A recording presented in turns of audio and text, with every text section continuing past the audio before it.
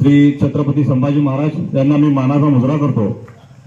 Bharat Ratna doctor Babasaheb Ambedkar, स्वर्गीय हिंदू हृदय सम्राट बाळासाहेब ठाकरे, स्वर्गीय धर्मवीर आनंदगे साहेब आणि या देशासाठी बलिदान दिलेले सर्व स्वातंत्र्यवीर आणि सर्व क्रांतिकारी यांना मी मानाचा मुजरा करतो। आदरणीय व्यासपीठावर उपस्थित मान्यवर आणि इथे जमलेले माझे गावकरी बंधू आणि माझ्या मित्रांनो, सध्या होऊ घातलेल्या 2024 विधानसभा निवडणुकीचे बिगुल वाजले आणि महाराष्ट्राचं राजकारण हे अगदी उफाळून निघालं। प्रत्यक्ष बघता पक्षाची कशी बांधणी आहे, काय बांधणी आहे हे आता ह्या राजकारणामध्ये कुणालाही समजून येत नाहीये। आता बरेचसे वरिष्ठ नेते हे पक्षप्रमुखांच्या घराच्या समोर रांगा लावून आहेत की मला ह्या पक्षातून तिकीट भेटेल, काय त्या पक्षातून तिकीट भेटेल, आणि समजा जर काय कुठल्या एखाद्या पक्षातून तिकीट नाही भेटलं तर तो वरिष्ठ नेता लगेच माकडुड्या मारल्यासारखं एक दुसऱ्या पक्षामध्ये जाणार आणि तिकिटाची अपेक्षा करणार, असा हा सगळा भागलबुवा या वरिष्ठ नेत्यांचा चालू आहे। आणि गेली 1-2 वर्ष राजकारणाच्या घडामोडी जर काय बघता तर कुठला नेता कोणत्या पक्षामध्ये आहे हीच भूमिका कुणाला समजत नाहीये। आणि याच्यामध्ये सामान्य जी जनता आहे, सामान्य जे कार्यकर्ते आहेत ते याच्यामध्ये बळून निघालेले आहेत। तसं पाहता एक गोष्ट मी निश्चित या सगळ्यांना सांगू इच्छितो की हे जे सगळे प्रकार घडायला लागलेत की काही दिवसापूर्वी एक महाराष्ट्राचा या राजकारणातील एक धान्यवाद आणि एक हिंदुत्वाचा एक ज्वलंत असं उदाहरण की स्वर्गीय हिंदू हृदय सम्राट बाळासाहेब ठाकरे हे जेव्हा आम्हाला ह्या महाराष्ट्रातून गेले त्यावेळेला ह्या राजकारणाची ही दिवाळी आणि दसरा हा चालू झालेला आहे। नाहीतर हिंदू हृदय सम्राट बाळासाहेब ठाकरे जर काही असते तर ही या राजकारणातील उलथापालथ ही कुणाची कुठल्याही राजकारणाची करण्याची कुणाची हिंमतही सुद्धा झाली नसती। आणि गोरगरीब जनता आणि महाराष्ट्राने जो काही विश्वास हे दाखवलेला आहे त्या नेत्यांवरचा विश्वास हा इतका उडाला नसता। सांगायचं झालं तर सरकारी योजना काही चालू होतात, त्याच्यामध्ये आपले शेतकरी बंधू माई सेवा केंद्राला जातात, धावपळ करतात, त्यात बिचारा भगिनी आपल्या गावातल्या भगिनी सगळ्या जाऊन धावपळ करून ती योजना चालू करतात। काही काळानंतर आपल्याला असं समजते की एखादे नेते बंडखोरी करून परत सरकार बदललं, परत ती योजना बंद, परत आपले माय बंधू भगिनी हे जे काय धावपळ करून केलेली ती योजना सुरू केलेली असते ती बंद पडते, परत त्यांच्या मनात नाराजी। मग असं प्रत्येक किती वेळा होणार आणि या राजकारणाचा कायापालट किती वेळा होणार त्याचा आपल्या सर्व मतदार बंधू भगिनींना हा एक विचार करावा लागेल। आणि सध्या हा राजकारण म्हटला तर मतदार बंधू भगिनींना मी तुम्हाला एक सांगायचं म्हटलं तर हा एक प्युअरली एक बिझनेस असा हा राजकारणी नेत्यांनी चालू केलेला आहे। राजकारणी नेत्यांचं आमच्या सामान्य जनतेला काहीही देणं घेणं पडलेलं नसते। आपला शेतकरी माणूस आपला शेतावर जातोय, राबतोय, येतोय, त्याच्या शेताला हमीभाव भेटतोय की नाही भेटतोय त्याची त्यांना काही देणं घेणं नाहीये। आपला धंदा चालू झाला पाहिजे। मग याच्यासाठीच हे लोक काय करतात, हे वरिष्ठ लोक जेवढे आहेत हे आपल्या वरच्या लेवलला हे सगळे एकच राहतात, फक्त ही सामान्य माणसांची दिशाभूल करण्यासाठी। बाबा तुझं दुकान इतके दिवस चालू ठेव, माझं दुकान मी इतके दिवस चालू ठेवतो, ह्याच प्रकारची भूमिका या सगळ्या वरिष्ठ नेत्यांची असते। त्यामुळे तुम्ही मतदार बंधू भगिनींना मला एवढीच विनंती आहे की तुम्ही सगळ्यांनी जागृत व्हायला पाहिजे आणि एक चांगला उमेदवार असा निवडून त्याला तुम्ही निवडून द्यायला पाहिजे। आता योगायोगाने मी एक 2-4 दिवसापूर्वी एक पत्रकार परिषद घेतली।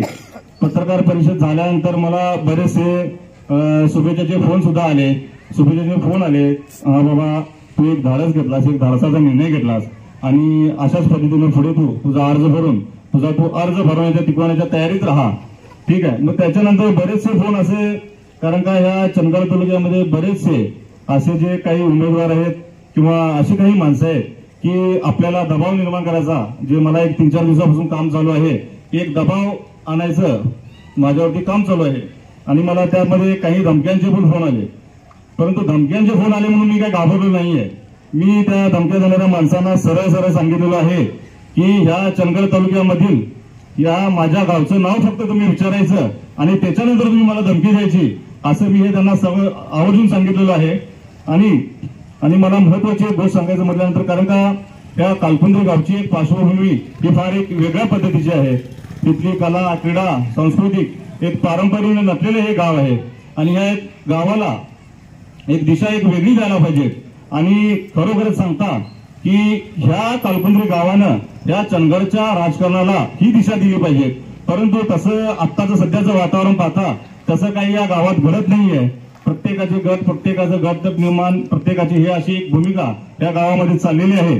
परंतु हे न चालता सगळ्या गावाने एकत्र होऊन सगळ्या गावांचा निर्णय घेऊन या आपल्या गावाला विकास आणि चालना देणं हे प्रत्येकाचं काम आहे. कारण का या आपल्या गावात बरेचसे सुसंस्कृत शिकलेले व्यक्ती आणि हे सगळे चांगले व्यक्ती या गावामध्ये आहेत.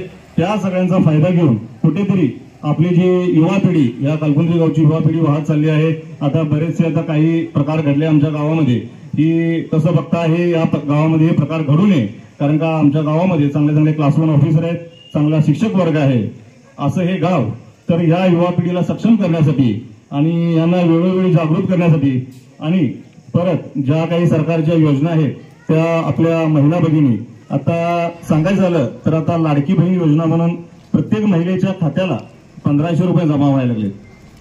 आता ते जमा झाल्यानंतर महिलांच्या चेहऱ्यावरती एक स्मित हास्य जे आहे ते फार काही वेगळंच आहे. परंतु तेवढ्यामध्ये काय होतं की ह्या प्रसार माध्यमातून हे जे पक्ष आहेत आता दुसरे पक्ष काय म्हणतात, हा ठीक आहे आता हे सरकार पडणार, सरकार पडल्यानंतर बाबा ठीक आहे की ही लाडकी बहीण योजना ही कॅन्सल होणार. हे असे सगळे प्रकार हे प्रसार माध्यमांचं ऐकून ही जी जनताच मुळात याच्यामध्ये पडते, कन्फ्युजन मध्ये पडते की नक्की आम्हाला वोट कोणाला टाकायचा आहे. मग हे वरिष्ठ नेते हे आपापली दुकानं आपापली व्यवस्थित चालवून आहेत. यांना संस्था आहेत, प्रत्येकाच्या दूध डेअरी आहेत, प्रत्येकाच्या सोसायटी आहेत, प्रत्येकाचं सेटलमेंट सगळ्यांचं व्यवस्थित आहे. फक्त तुम्ही आम्ही शेतकरी इथे मर राबायचं आणि पूर्ण या सामान्य जनतेच्या एखाद्या नेत्याच्या पाठीमागे पडून आपलं आयुष्य घालायचं. असंच या आमच्या ग्रामीण भागात जवळपास होते. नाहीतर एखादा नेता म्हणतोय बाबा तुझ्या मुलाला नोकरी लावतो, तू माझ्यावर हा, असं करत करत तो बिचारा बाबा त्या एखाद्या नेत्याच्या पाठीमागे पूर्ण उभं आपलं आयुष्य घालतोय. परंतु त्याचा काहीही फायदा होत नाही.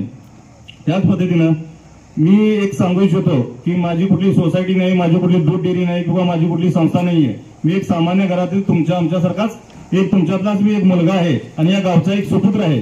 तर मी या गावच्या सर्व माझ्या मतदार बंधू भगिनींना आणि माझ्या गावातल्या सगळ्या वडीलधारी माणसांना, माता भगिनी, आमच्या बहिणी, आमच्या सगळे भाऊ सारखे सगळे मित्र या सगळ्यांना मी एक सांगू इच्छितो की मी येत्या 29 तारखेला मंगळवारी मी अर्ज भरू इच्छितो आणि इथून पुढे या गावचं नाव मी कसं रोशन करीन आणि जर काय खरोखरच जर काय भाग्याने साथ दिली आणि तुमच्या आशीर्वाद जर काय साथ दिली तर मी नक्कीच या कालकुंद्री गावचा विधानसभेमध्ये झेंडा काढल्याशिवाय मी राहणार नाही.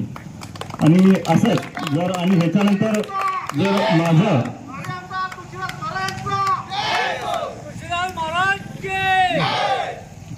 धन्यवाद असंच तुमचं माझ्यावरती प्रेम राहून दे. आणि हा राजकारणाचा भाग वगळता काही बरीचशीच अशी तरुण मुलं आहेत, तरुण मंडळ आहेत या गावामध्ये. तर काही तरुण मंडळ माझ्याकडे सुद्धा येतात, अपेक्षेच्या भावनेने येतात. तर मला त्यावेळेला असं एखाद्या वेळेला वाटते की नाही ती अपेक्षा मीच पूर्ण करू शकतोय की एखाद्या देवानं पाठवल्यासारखं त्या तरुण मंडळांना ती तरुण मंडळ माझ्याकडे येतात, माझ्याकडे सहकार्याची भूमिका मागतात. परंतु मी आजपर्यंत माझ्या गावचा हा इतिहास आहे. मी पण 1-2 वर्षापूर्वी मी पण इथे खेळताना मी पडलो होतो. पडला असताना माझा त्यावेळेला पाय मोडला होता. त्यावेळेला माझी सुद्धा 1 रुपयाची सुद्धा कुवत नव्हती की मी त्या माझं ऑपरेशनचं बिल भरू या न भरू. हे माझ्याकडे तेवढी कॅपॅसिटी नव्हती आणि माझी तेवढी लायकी सुद्धा नव्हती. परंतु गावच्या लोकांनी जे मला 10 रुपये, 20 रुपये, 21 रुपये, 51 रुपये देऊन असे माझ्या त्या दिनगी पावतीमध्ये मला नोंद करून माझं ऑपरेशन करून घेतलं केली हॉस्पिटलला. त्याचे मी उपकार कधीही या कालकुंद्री गावचे फेडणार नाही. आणि त्याच्यानंतर देवानं मला कधीही काही कमी केलं नाही. जे आशीर्वाद मला या कालकुंद्री गावांना दिलेले आहेत त्यांची मी परतफेड एक ठोस पावती म्हणून ते 21 रुपये, 51 रुपये अजून सुद्धा ती माझ्याकडे तशीच लिस्ट आहे. ती मी माझ्या आयुष्यात कधीही ती विसरणार नाही आहे. आणि त्यानंतर जी माझ्या आयुष्यामध्ये जी प्रगती झाली सगळ्यांच्या आशीर्वादानं. कारण का पैसा हा बँकेत ठेवल्यामुळे कोण श्रीमंत होत नाही, तर तो पैसा वाटल्याने त्याची ती खरी श्रीमंती आणि त्या माणुसकीची श्रीमंती जाणली जाते. तर हे सगळ्यांनी नक्कीच, आणि मी हे कधीही कालकुंद्री गावचे उपकार फेडू शकत नाही. काही भूतकाळामध्ये मी काही कुणाला बोललो असेल किंवा काय असेल तर मी आत्ताच माफी मागतो. आणि इथून पुढे जर आशीर्वादानं, तुमच्या आशीर्वादानं माझं जर काय असंच चांगलं राहिलं तर या कालकुंद्री गावच्या पाठीशी मी कधीही आणि कुठेही मी इथे हजर राहायला तयार आहे. आणि तशीही मी बरीचशी कामं अंतर्गत काहीतरी मतभेद असतात, त्याच्यामुळे मला पर्सनली काही लोक फोन करतात, तरी त्यांना मी पूर्णपणे सहकार्य करतोय. भले इथून पुढे कुठल्या कला राहून देत, क्रीडा राहून देत किंवा कुठल्याही एखादी कुणाचीही अडचण येऊ देत, तर मी त्याच्यासाठी सदैव तत्पर आहे.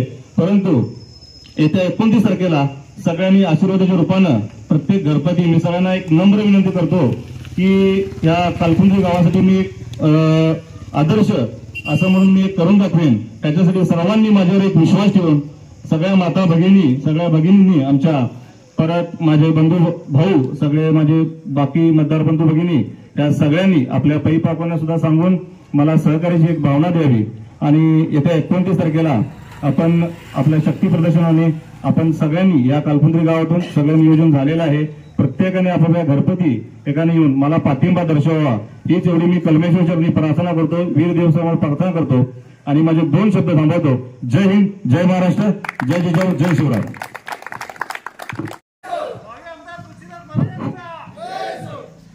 धन्यवाद दुसरे. कालकुंजी गाव नेहमीच आपल्या पाठीशी राहील आणि येत्या 29 तारखेला त्याची झलक संपूर्ण चंदगड तालुका पाहिल अशी मी आपल्याला ग्वाही देतो.